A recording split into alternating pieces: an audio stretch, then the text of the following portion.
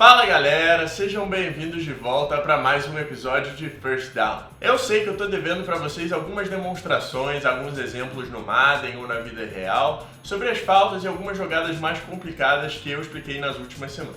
Então, esse vídeo vai ser somente dedicado a isso. E isso aqui atrás, calma que daqui a pouco eu explico. Vamos que vamos! Vamos começar pelo false start. Vocês vão ver nessa jogada aqui que o New England Patriots está alinhado para começar a jogada e eu vou ameaçar um snap. No que eu ameaço o snap, o número 77 se mexe antes da bola ser lançada para trás. Isso é o que faz ser false start. Agora o offside. Esse jogador que eu estou controlando, o Hightower aí na esquerda do seu vídeo, vai começar a jogada do lado de cá da linha de scrimmage, e isso não é legal. Agora, vocês vão ver que como é só um exemplo, eu exagero no quanto ele tá do lado de cá. Normalmente o jogador tá tipo um pé na frente, ou uma mão, ou tipo o joelho dele tá na frente, mas tudo isso é falta. Esse aqui é o encroachment.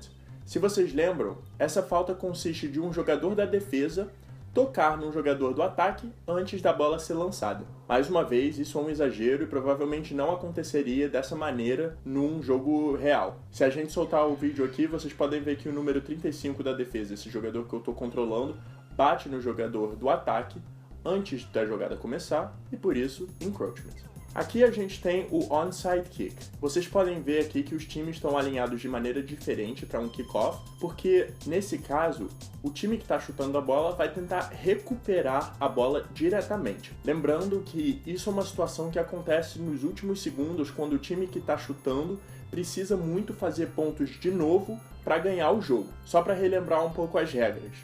O time que está chutando, para poder tocar na bola, tem que esperar a bola passar 10 jardas.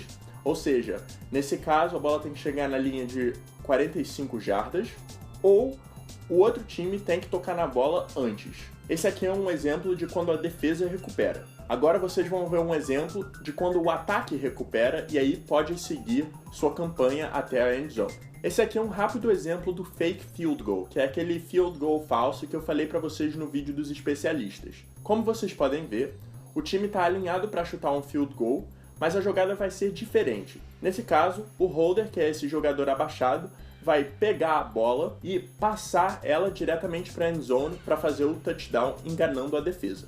E por último, a gente tem um exemplo de um fake punt. Mais ou menos como o field goal, o fake punt é usado para enganar a defesa quando o ataque precisa de poucas jardas para conseguir uma primeira descida. Vale lembrar que o fake punt nunca seria usado para conseguir um touchdown, porque os jogadores nunca chutam um punt quando estão tão perto da end zone. O fake punt é muito mais usado para conseguir a primeira descida e mesmo assim é muito usado raramente, no college e na NFL. Eu sei que eu não pude dar o exemplo de todas as faltas que eu falei naqueles vídeos, então se vocês tiverem alguma pergunta, é só deixar aqui embaixo.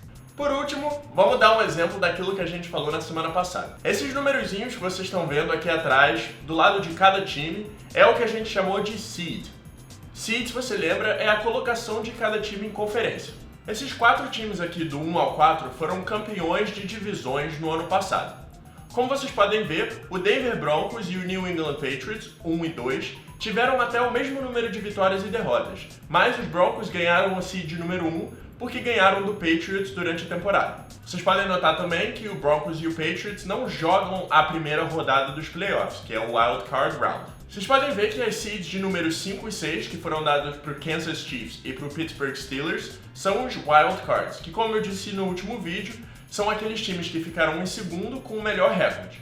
Os Chiefs tiveram o melhor recorde dos segundos colocados, com 11 vitórias e 5 derrotas, por isso o melhor seed dos Wild Cards. E o Pittsburgh Steelers teve o segundo melhor recorde de todos os segundos colocados em todas as divisões, por isso a última seed dessa conferência. Na primeira rodada dos playoffs tem 2 jogos, no Wild Card Round.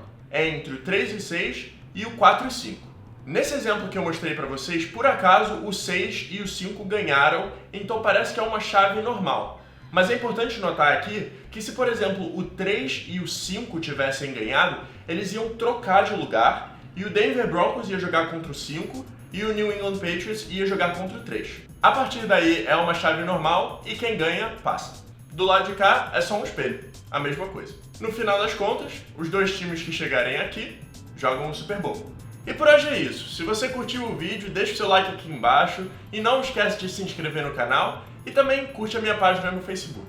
Semana que vem eu volto para explicar para vocês o que é Tailgate. Ficou curioso? Então não esquece de chegar aí domingo. Até lá. Valeu!